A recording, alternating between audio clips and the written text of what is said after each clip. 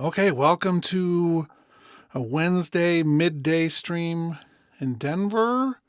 This stream is another one of those ones that's really aimed at my class, which is Intro to Audio Production at the University of Colorado, Denver. So welcome, students. I know that if you're not watching it today, that you'll be watching it next week. So if you're on the stream, make sure you let me know in the chat that you're here, one of my students. But this is also open to anybody who wants to watch it. Today we're going to be talking about mixing a little bit. So far this semester, we've done a number of different topics. We're right in the middle of some of the audio production tools. We've done compression and equalization. We still need to do like reverb and some of the other real staple basics. And so what we're going to do today is talk about mixing, though, because we're going to try to put a lot of the pieces together. And then in the subsequent weeks, we'll talk about mastering and close out the entire process. This is an intro class, so we don't go real deep, I wouldn't say, in any topic. But we try to give a good overview so that students in our program who aren't in the audio production track have a good foundational sense about what all of this means. So let's switch over to Logic. This is the tool of choice for most of the videos I do in the course and also on my channel. But this is what we're going to be working on, a song in here. A song that I've done some mixing on, but it's not done. It has some issues that we'll talk about today. And so we'll talk a little bit about the role of mixing traditionally, but also, at what point are we done with editing and recording, and when do we switch into mixing and then into mastering as well. And so let me just play the first little bit of the song, and I'll play a little bit of the end of the song just to give you a taste of what we're doing with the song. And I'm going to just play from the very beginning. Trying hard to understand why we never met before. Imagine what we had in store. Here you are, half a world away from me, thinking of the things to say. Try to change our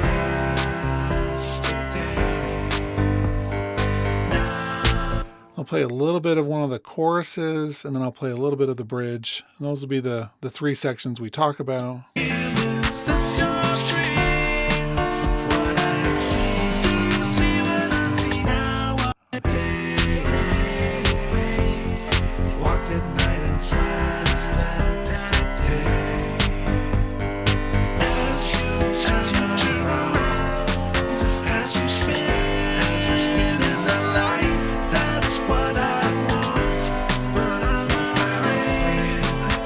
So that's a little bit of the chorus, and then I believe we have kind of a bridge section. If I don't have markers on this song, which is something I typically do in the recording part, but I might add them just to help keep organized with where we are.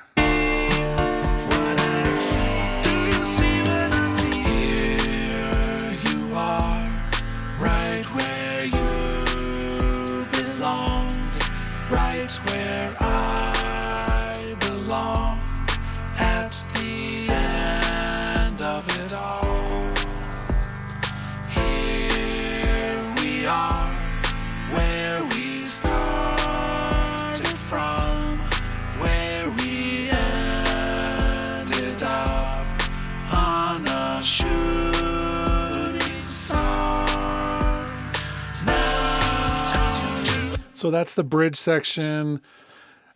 You can tell on the songs that I'm working on when they're just finished with the recording phase, because the vocals tend to be a little louder than maybe they should be. And that's because that's the last part that I was adding. I was listening to it, I was working on it, and they kind of sit above the mix maybe a little bit more than they need to. And so I've got to go through and actually ask myself, what parts of the song need balancing. That would be one of the early parts of mixing for me. Just doing some basic balancing, setting things in levels that make sense.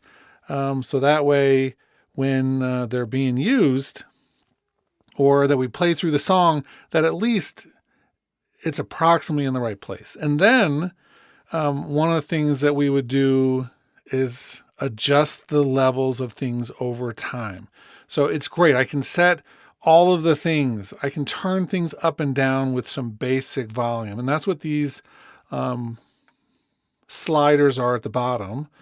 These faders can adjust the level up and down pretty basically. But then once we're at a certain point, we can do what's called automation. And I've got a few things of automation already in here, not very much, but I have a few things of automation. And that's because I, at various times, wanted things I could hear right off the bat, maybe when I was recording. This one vocal track, for instance, you can see this yellow line is going down. That means it's getting softer. And then this one right here, this other yellow line, that's the overall volume of the whole song. So that's what does the fade out. So I go into automation mode in Logic by pushing the A key, and then I can see all of that. And you can see that those two things look like the only places of automation that I have right now. As you spin in the light, that's what I want. But I'm afraid to proceed. What I see as I walk away. Do I spin in the night? Is this your dream?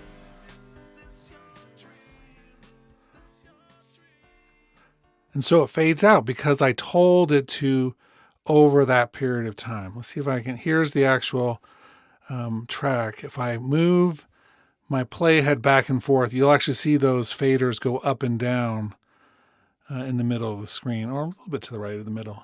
That might be right over my shoulder. And so those are tied together, and that allows me to go through the mix and make any adjustments along the way that I would like, which is kind of nice. Okay.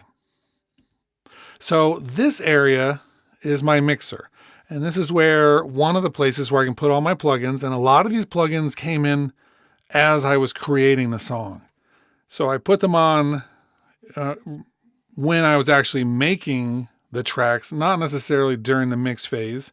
Some of these we would add later or over time. I can tell that when I originally made this, I was really into this plugin called Spiff from Oak Sound. And it removes mouth clicks and pops from the voice, which I tend to have a lot of as a singer. Let me just let you hear what that sounds like towards the beginning. I mean, it's kind of actually interesting, but that happened early on when I was recording. I don't use Spiff like that in every song, but when I recorded this, I must have been like, ooh, I really like Spiff. So here's one of the main voices. Here. And let's hear what that, the little sounds that it's removing, these clicks and pops. It's kind of soft, but that's perfect for some voices where you need to be able to do that, where maybe they have a lot of like lip smacking and things. So that would still be editing for me in some ways, not necessarily in the mix phase, but sometimes we pull those type of effects out in the mix phase because it does matter. And if they're an issue, then maybe that's great.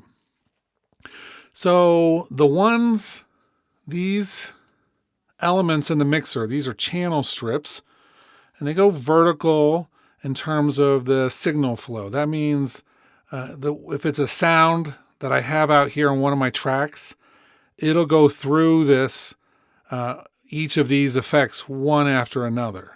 And so this one goes through, well, when it's gray like that, it means they're turned off. But say this one right here, it's going through, that's a reverb, and it has another effect and an equalization tool and a volume and then a correlation meter. That's just a bunch of things, but it's going one into the next, into the next, into the next, into the next. So top down.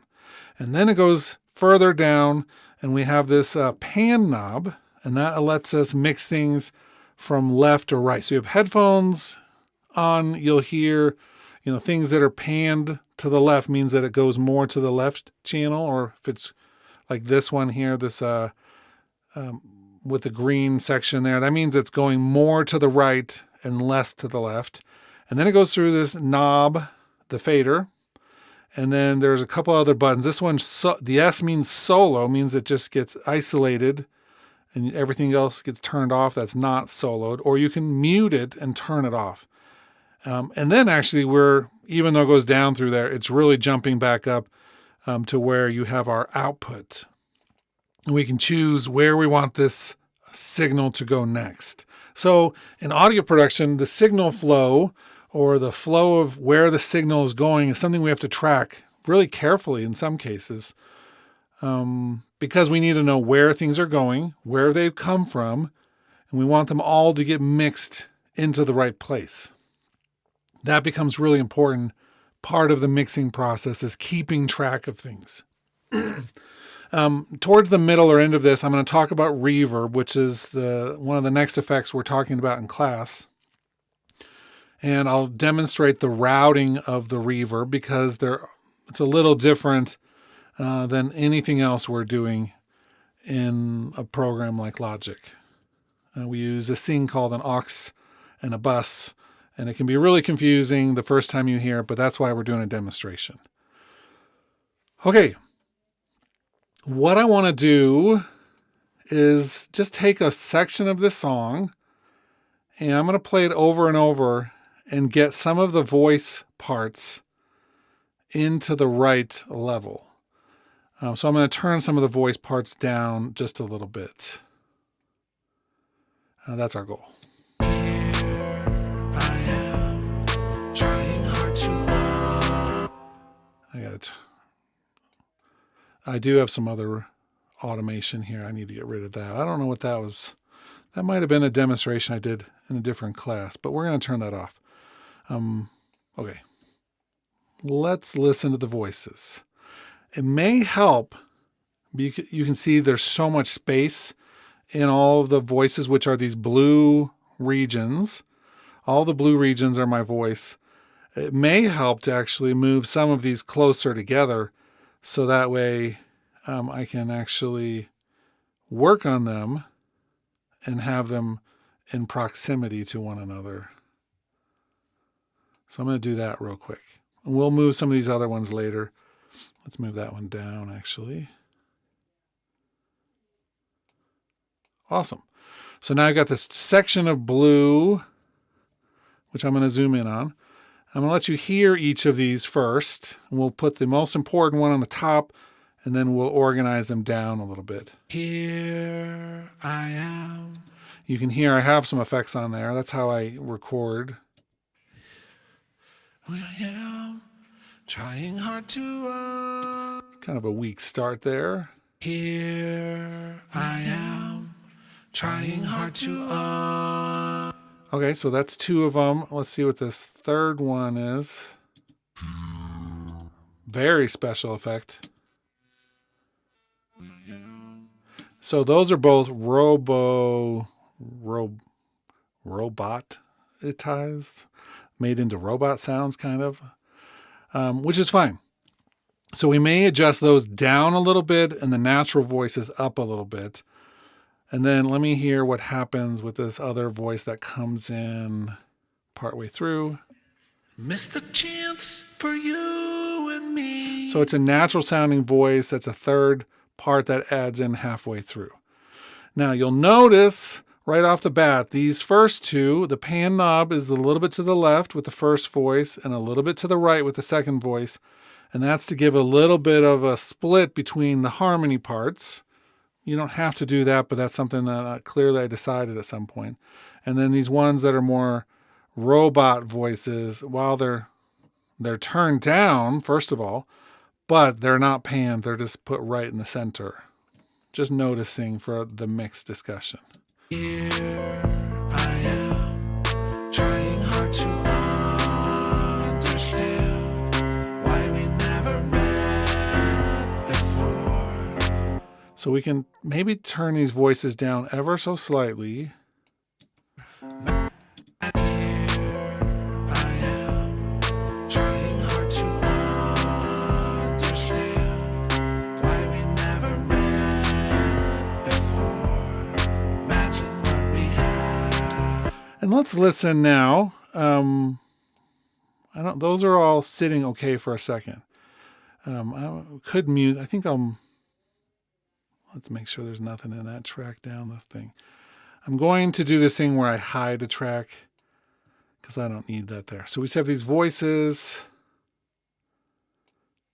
these ones here, and there's actually some other voice parts above, but those are like early ones. Maybe I didn't use the final vocal of, so I'm going to hide those ones too. To hide in this program, I push the H key. It adds a little H at the front of the track, and anything you click that H will hide. And you can push H again, and it'll take it away, and you can push H a third time to bring them back if you want. Kind of a cool feature in a piece of software. But let's hear some of the other stuff that we have. Bass part, synthesizer.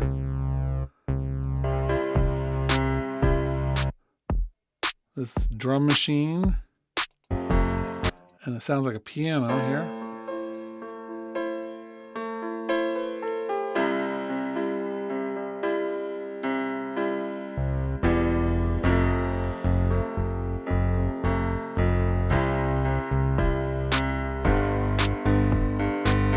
So that's it. Just those three instruments at the beginning. Pretty simple in terms of that part of the production. But let's talk about some of the other tools that we've looked at in the class component. We have looked at compression a little bit. And so this tool is evening out the bass a little bit.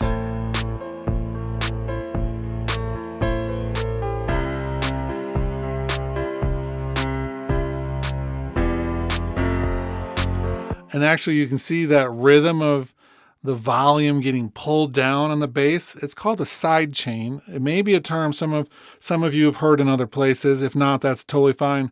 It just means that the bass volume is being controlled by the kick volume.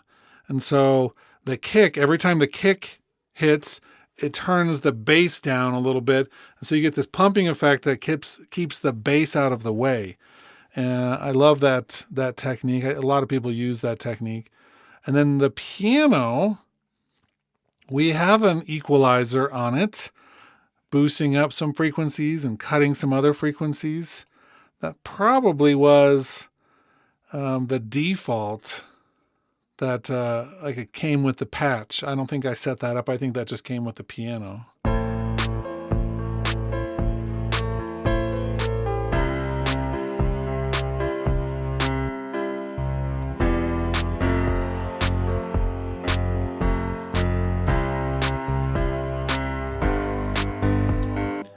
And let's pull up this instrument down here. So there was one more instrument. I was listening. I was like, wait, I hear something else. And that would be some string sound.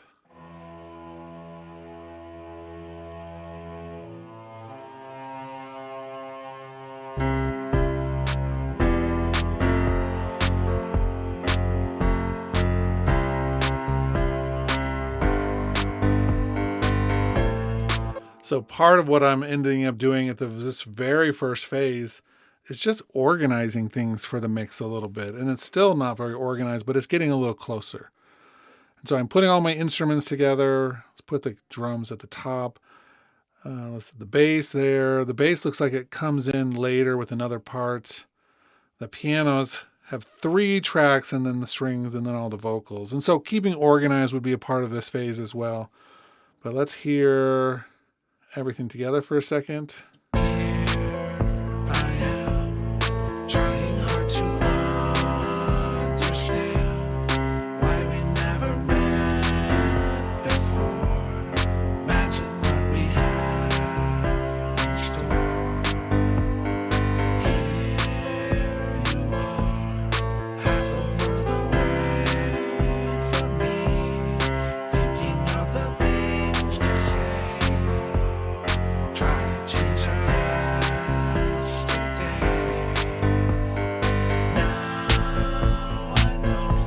have no idea why originally I put the piano on 3 different tracks.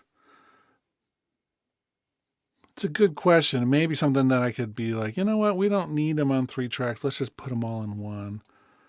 Like this. And then we could delete those ones. I think that's what we can do. I don't see an issue with that.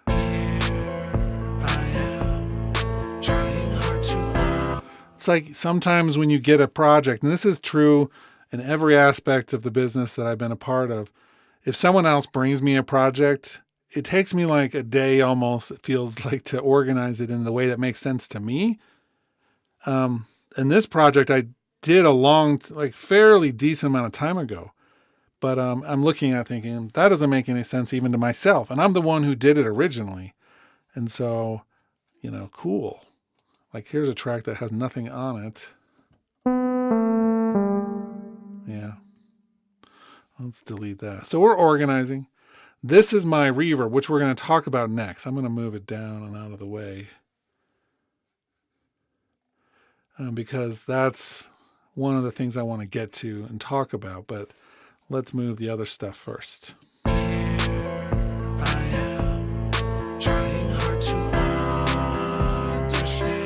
So to make the vocals, like say I turn it down a little bit and it starts to get a little bit buried in the mix. And when I had it up louder, maybe I liked it better, but it was too loud because I was giving preference to the vocal during the recording.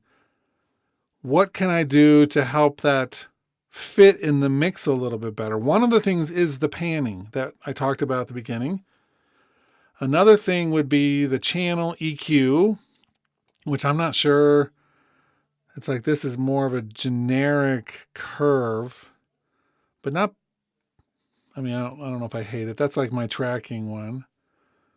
Let's solo that out. Here I am, trying hard to understand. Cool. It's fine. It's not doing too much. It's adding a little bit of brightness, high end. Pulling out some of the mids and then getting rid of some of the low frequencies. It's fine. We have a compressor, which is working on the overall volume. And I think since I tracked this, I've been doing a little bit differently with the compressor. Here I am, trying hard to You can hear the pitch effect on the voice a little bit. But I'm going to switch this to a different one of these algorithms on this. Here I am, trying hard to understand why we. I'm going to let it work more. Here I am, trying hard to understand why we never met. So now the compressor is doing a little bit more work, which is kind of nice.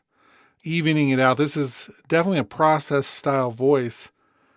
And so I don't think there's anything wrong with that. But I have this same compression like on all of the voices.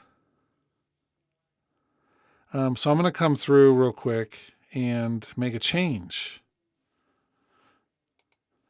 So what I'm going to do, let's see, I'm going to add in.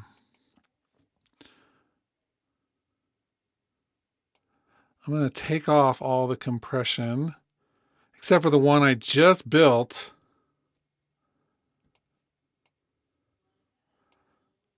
And I'm going to put this one on all of the rest. So it's kind of nice with software. You can, just copy and paste and put them all on there.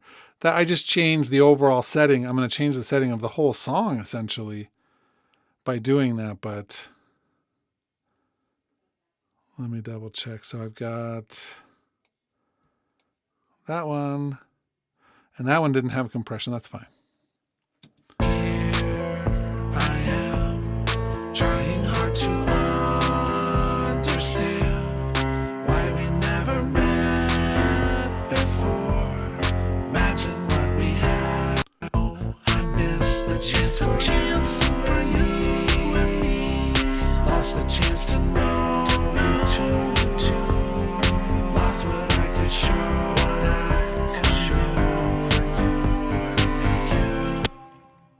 Okay, I like that leveling better a little bit of the song. And then I have that spiff plugin, which is getting rid of the mouth noise. That's all I have on the voices. Well, I didn't talk about it. I have a pitch correction tool on the voice as well. And that's just doing a pass of really clamped down pitch. And that's a stylistic choice that I made.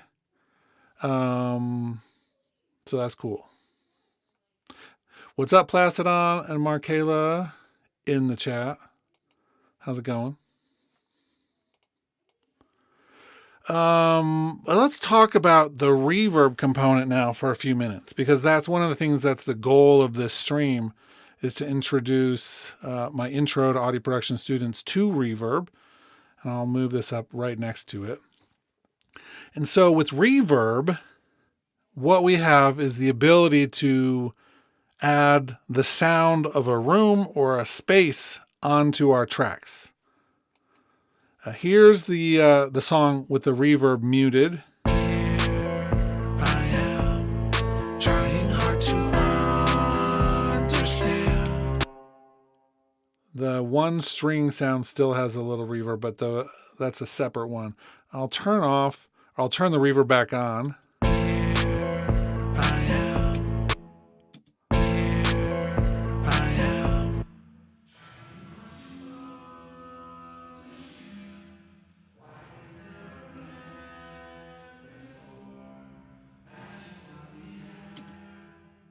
So that's the reverb that is currently on here. We're going to change that. In fact, I'm going to just mute this completely for the moment and build a new whole system for it.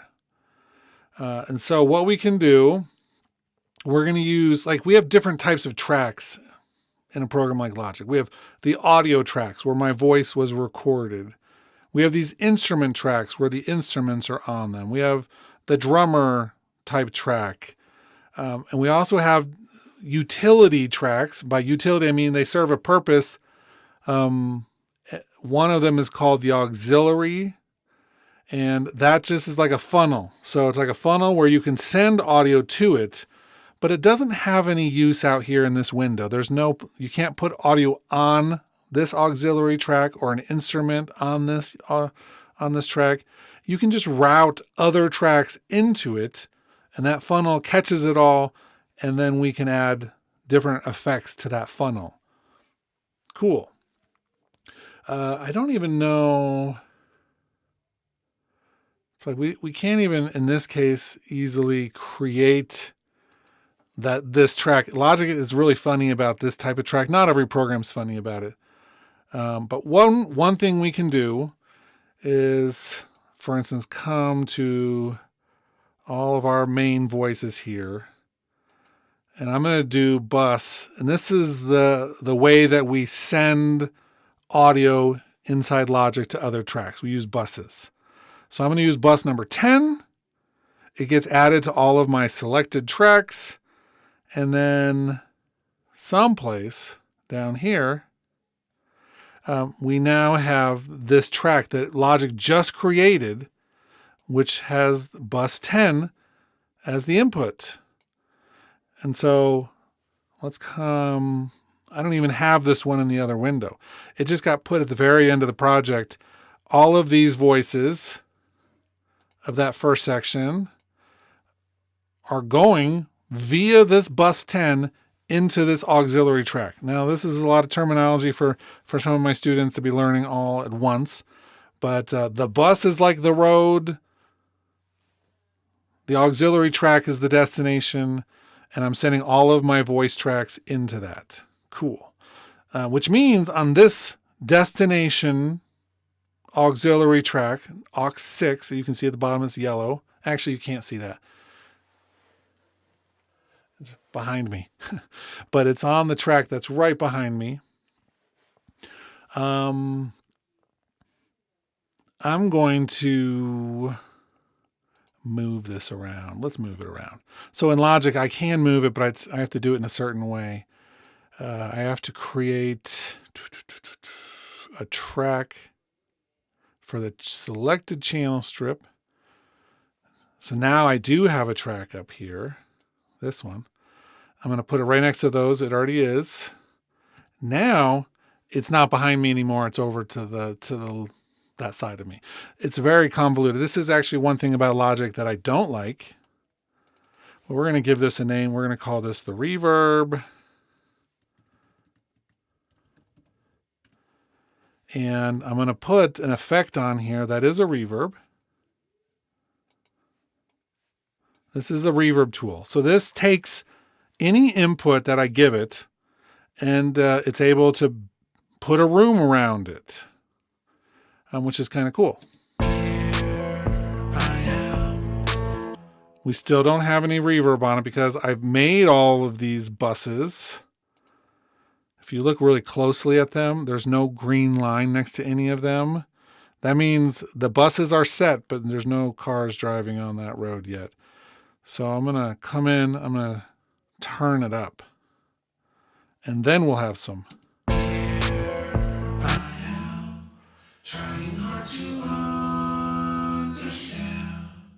That's the sound of the default reverb on this tool. So I'm going to come through and pick a preset, one called vocal plate. And this has all kinds of bells and whistles on it. One of the things it has is an equalizer built onto it. I'm going to equalize it a little bit so it sounds a bit more pleasing. But we have things like the size. We can adjust the size of it.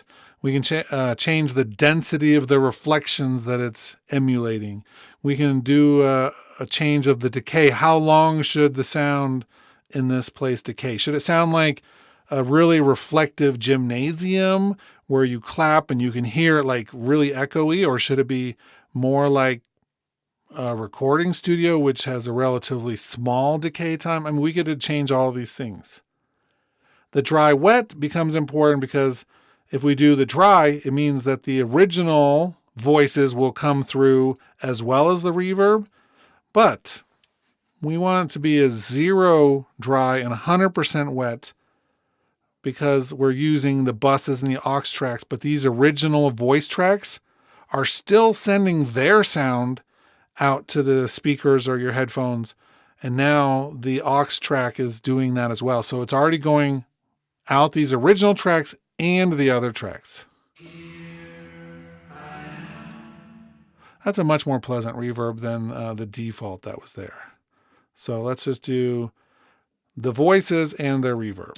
Here I am, trying hard to understand why we never met before.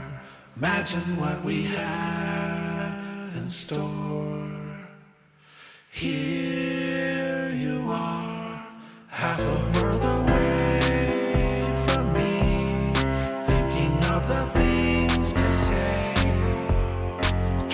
And then I can use the fader on this reverb to make it a little louder or softer. If I think it's too much, I can just turn it down overall, or I can go to these original knobs and turn those down individually.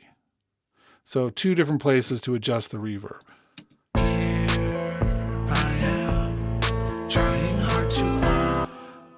But I have to go through, because I changed out the reverb and turned off the other one, I have to go to these other tracks if I want them to have reverb as well. So the drums, which wasn't in a reverb at all before this, so we haven't even set that up. I'm going to adjust the drums up.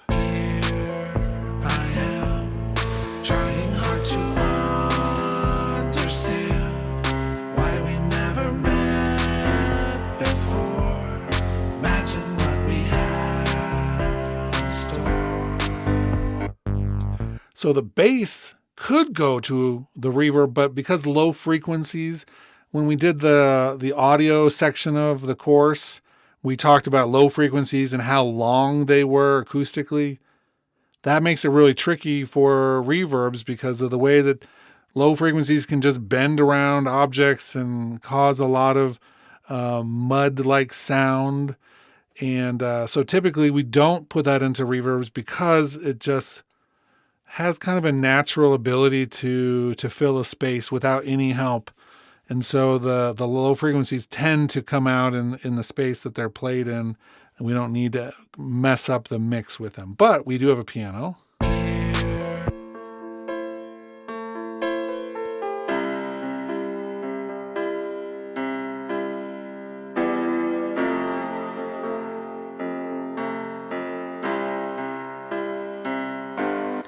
The more I put it in the reverb, the further kind of it goes back in our mix.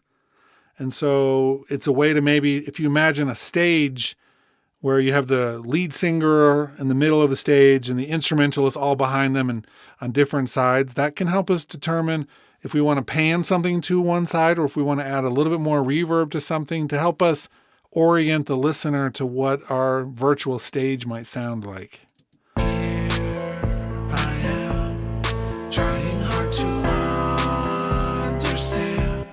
And that string sound does have a reverb on its actual channel, but I'm going to switch it out and put it in the same reverb as everything else. How many reverbs should we have on a project? You could put endless numbers of reverb. It's software. I tend to err on the side of like 2 to 3. Sometimes I want drums to have a little different reverb or some instruments to have a different reverb. In the case of this song, I'm going to err on the side of simple and just put one reverb. I am trying hard to understand why we never met before. Imagine what we had in store. Here you are.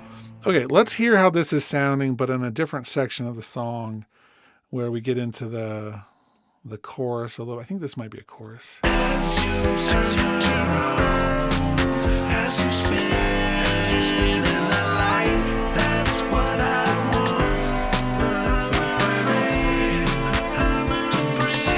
want. That string sound, when I changed the reverb, it got quite a bit louder. Let's go back and look at that string sound for a second.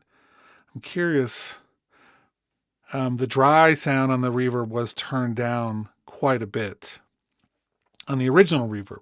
So when I change it to the new reverb, we have a different balance. And so I need to actually come through and maybe make that adjustment so it's not so loud. As you turn around, as you spin in the light, that's what I want. To perceive what I see as I walk away. Do I spin in the night? Is this your dream? Is this your dream? Is this your dream?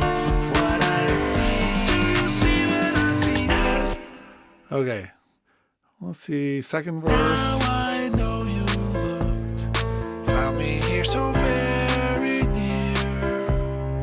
I thought it was over now. You had made it very clear. Yet you look so long, even when I made my mind. Never knew. So I'm doing a passage organization again, because some of these things, I have vocals here, and then I have some other old tracks, but they're all muted. So we're going to, once again, hide these ones that maybe we're not using, that were just, maybe originally we had tried out something, decided not to use it. There's a couple other parts like that down here, so let's get rid of, I could delete them as well, but I don't think there's any point in deleting if there's a chance that maybe I need to find them later, I guess, is what I'm thinking. So we're just organizing. There's a brass section that I had loaded but never used. And another piano part. Let's see what, maybe it says piano, but it's really a synthesizer. Let's see what that sounds like real quick, just so we know.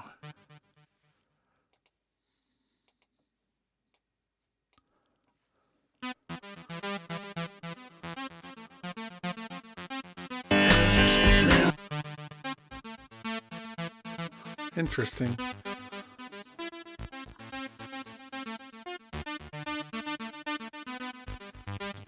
So let's pull this up to the other instruments next to that piano, because it's a piano-ish part. That's it looks like it's a copy of the piano part that I just added a synth to, which is nice. Interesting.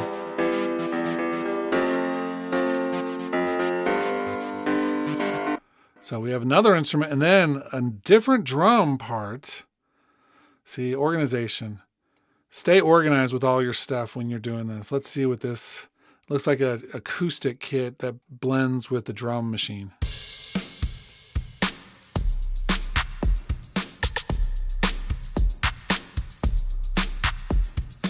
But it does not have a reverb. It has a bus, but it's not going anywhere. So we're going to adjust that to a reverb.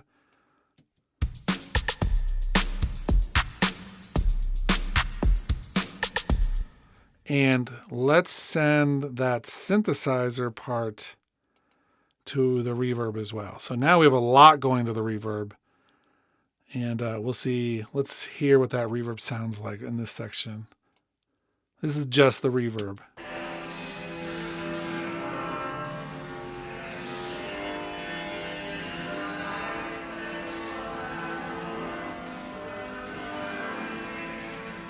Getting a little bit busy, but I think we're okay. As you turn around, as you spin in the light, that's what I want. Free to perceive what I see as I walk away. Do I spin in the night? Is this your dream?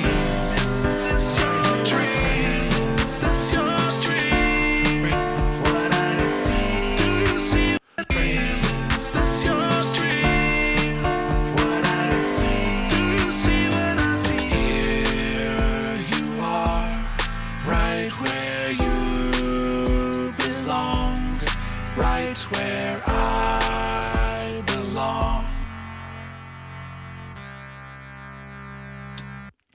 So it looks like I get rid of the bass and change it to this other synthesizer for the bridge, but it doesn't have the, let's put a little bit of the reverb on that as well. I think that could actually use a little bit extra because of the type of part it is.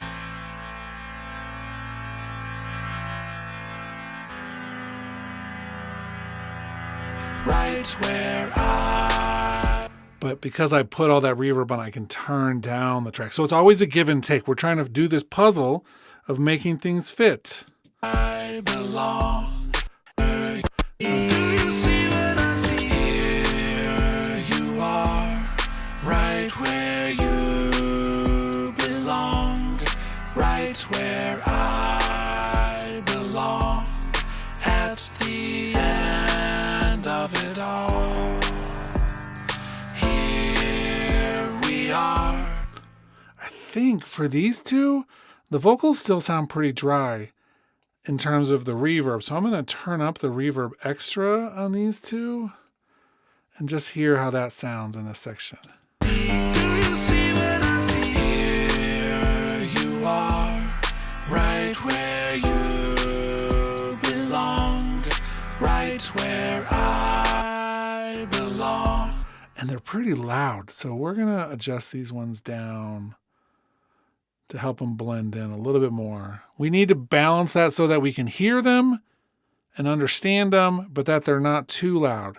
And it may be that we need to do some automation to help them really come through, but let's see if we need to. There's a lot of compression on them. See what I see? Here you are, right where you belong. Right where I belong. At the end of it all, here we are, where we started from, where we ended up. And that part comes in. I'm going to turn it down. Where we ended up on a shooting star. As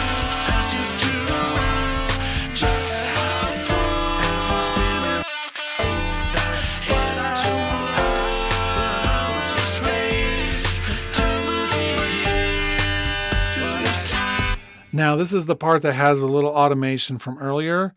I can't just turn the fader down once I have automation. I actually have to redraw the curve. So I'm going to turn it down ever so slightly. But I can't just use the fader. I have to go and use the lines.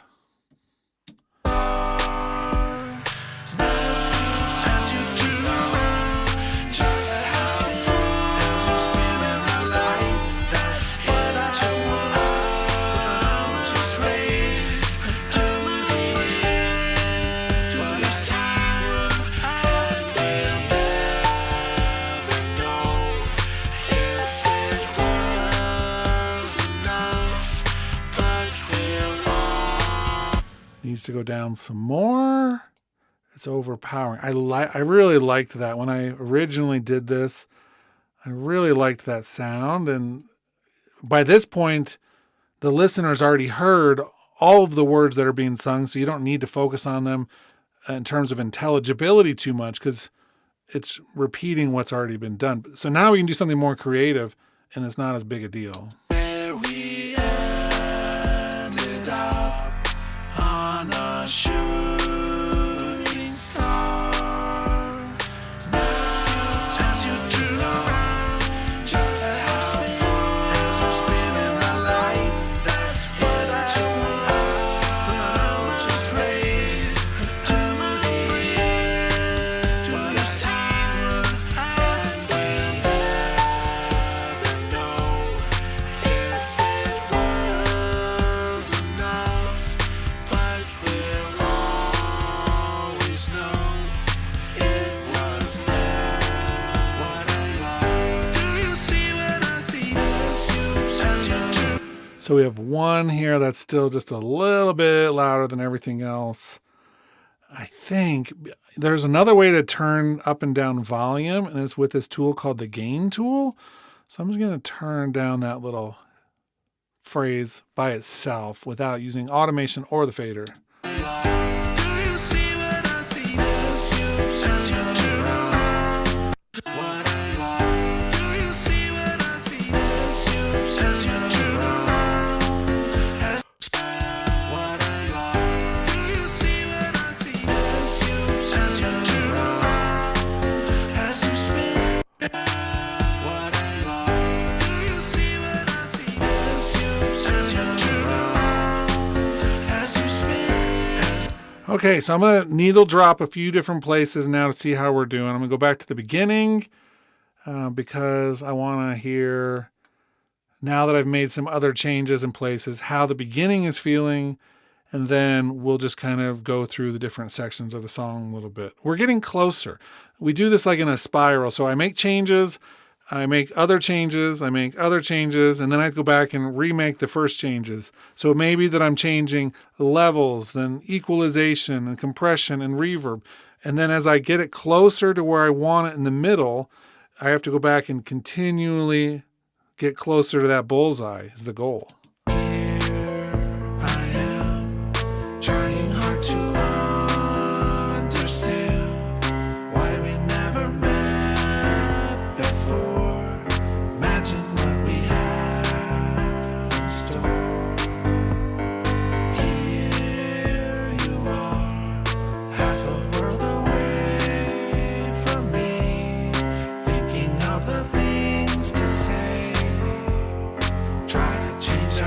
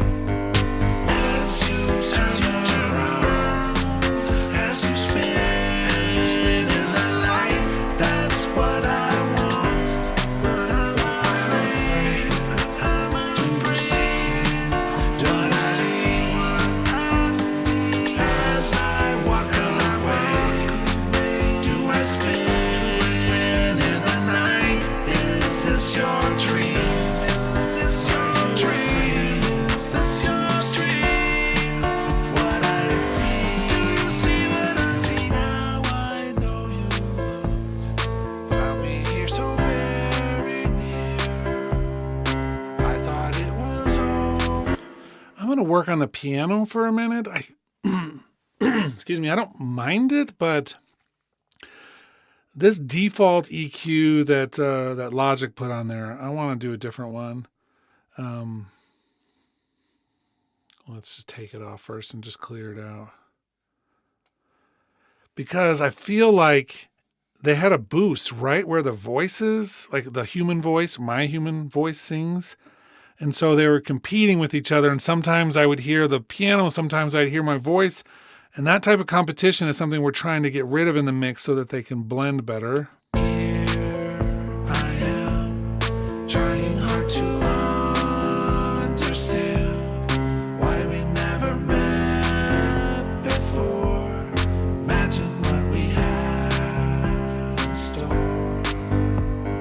Here you are, half a world away from me, thinking of the things to say. Try to change our yesterdays. Now I know I missed the chance for you and me. Lost the chance to know you too.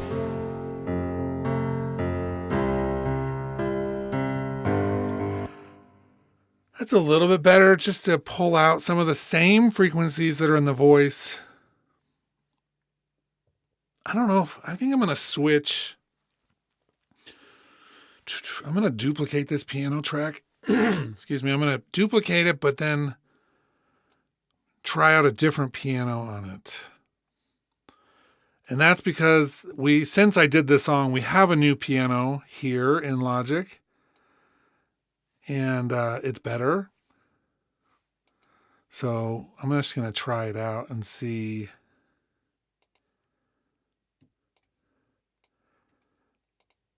If I can get results that I like better on it.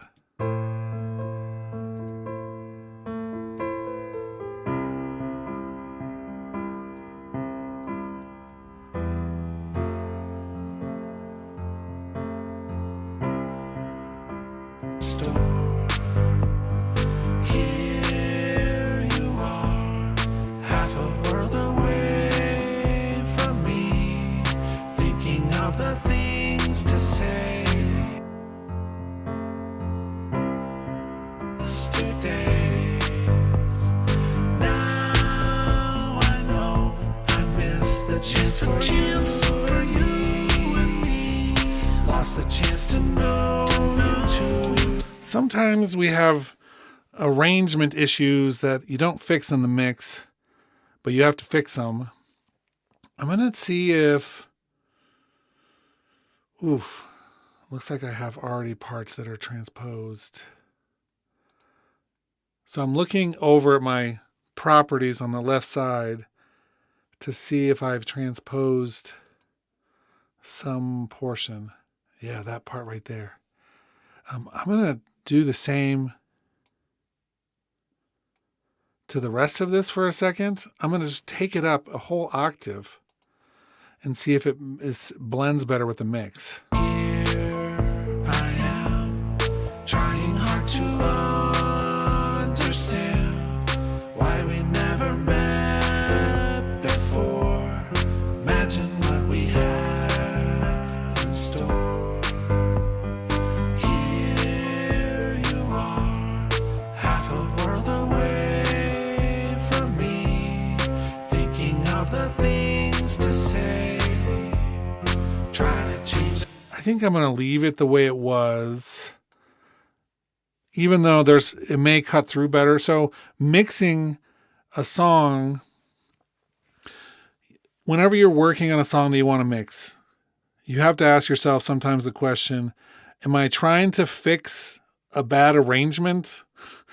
That's neither here. I'm not saying that this song even has a good arrangement. I'm just saying the choice to put the piano in that register, that range, where I played it on the certain notes, maybe that was the wrong decision originally, or maybe the voice leadings are wrong, or maybe it's too thick of harmony. So sometimes when we're mixing, we have to say, is this something we really should fix at the song instead of now where we have this issue and it's too late?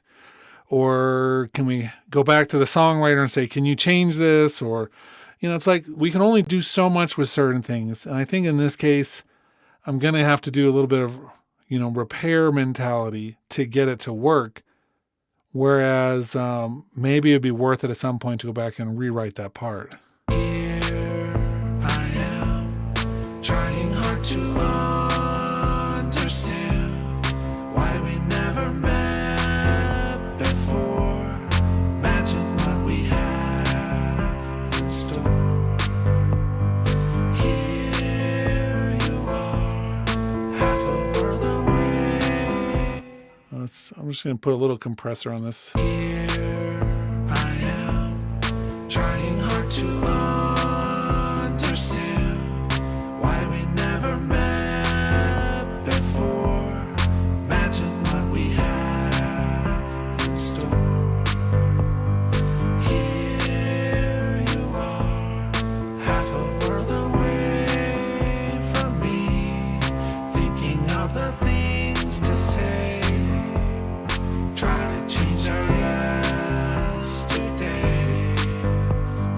Now I know I miss the Okay, I'm going to listen a little bit in that bridge section for a moment. Do you see what I see? Do you see what I see? Here you are, right where you belong, right where I belong. At the end of it all, here we are, where we started from, where we ended up, on a shooting star. Where we started from, where we ended up, on a shooting star. As you turn around, just as you spin in the light, that's what I want. I'll just race to the end, to the time, and we'll never know if it was enough, but we'll always know it was never what I see. Do you see what I see? As you turn around, as you spin, That's getting closer. Let's also listen to the chorus, which has probably the thickest vocal production. as you turn around, as you spin in the light, that's what I want. But I'm afraid to perceive what I see as I walk away. Do I spin in the night? Is this your dream? Is this your dream?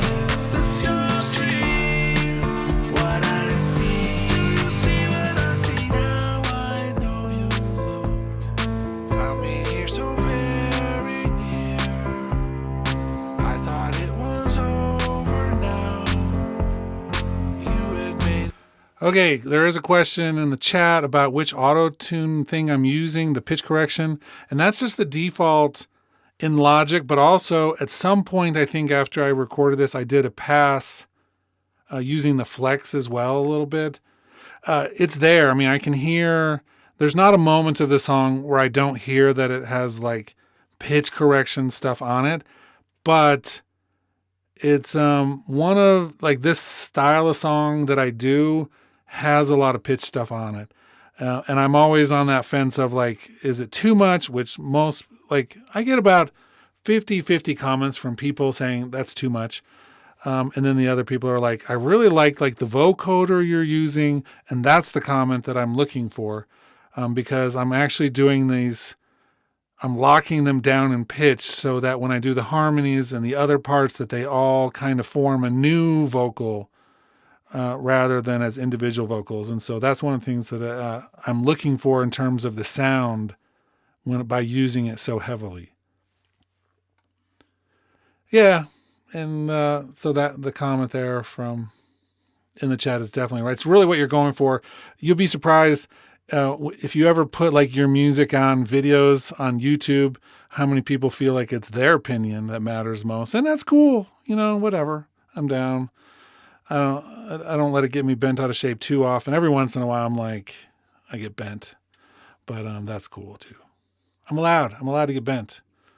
But I'm also allowed to make music and do whatever I want, just like any of you can make music and do whatever you want. And I hope that everybody listening is doing that. Okay, so next steps, because we're kind of getting to that point. We're about an hour. I don't want to go too much longer for the sake of my students who have to watch this next week. We're getting close. There's more of this needed, more of it fine-tuning. Part of the issue with doing a mix on a live stream like this is that I'm doing it on headphones. And so really the next step may be to listen on the speakers and do this not in a headphone environment because the headphone environment certainly has some limitations, especially with low frequencies, which if you think about, again, to my students, we talked about frequencies in one of the early lectures, how big of a physical space is needed for low frequencies? Well, it's like feet, 10, 20, 30 feet long, right?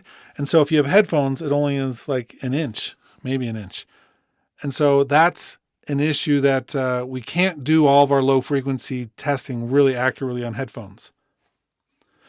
That making sure that I take this and listen to in other places. I want to maybe listen in my car, which I listen to a lot of music in there.